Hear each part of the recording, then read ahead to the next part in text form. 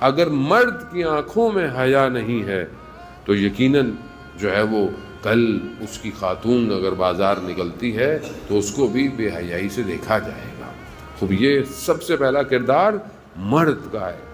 ان پہلی جنگ عظیم جب ہوئی 1916 کے بعد، یہ جو انڈسٹریلائزیشن ہوئی، اس میں خواتین کو باہر نکالا گیا۔ کس لیے؟ کہ بہرحال مرد جو ہیں وہ جنگ پر ہیں، کم ہو گئے۔ فرانس کے اندر خواتین کو اسلحے کی فیکٹریوں میں کام کروایا گیا، لیکن اصل ہدف انڈسٹریلائزیشن کا مرد کی اپنی ہوس تھی۔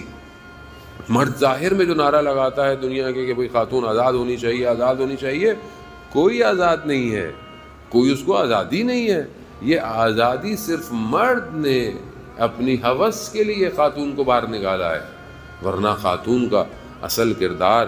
یہ نہیں کہ وہ باہر کام نہیں کر سکتی یا اس کا کردار معاشرے میں نہیں، جو حدود ہے اسلامی ہے اس میں رہتے ہوئے اپنے سارے کردار کو ادا کر سکتی ہے۔ لیکن بہرحال آپ دیکھیں کہ آپ اس خاتون کردار بی بی سلام اللہ علیہ سے اگر آپ پوچھا گیا کہ خاتون کے لیے سب سے بہتر کیا ہے تو بی بی کیا فرماتی ہیں کہ ایک عورت کے لیے سب سے بہتر یہ ہے کہ وہ کسی نامحرم کو نہ دیکھے اور کوئی نامحرم اس کو نہ دیکھے۔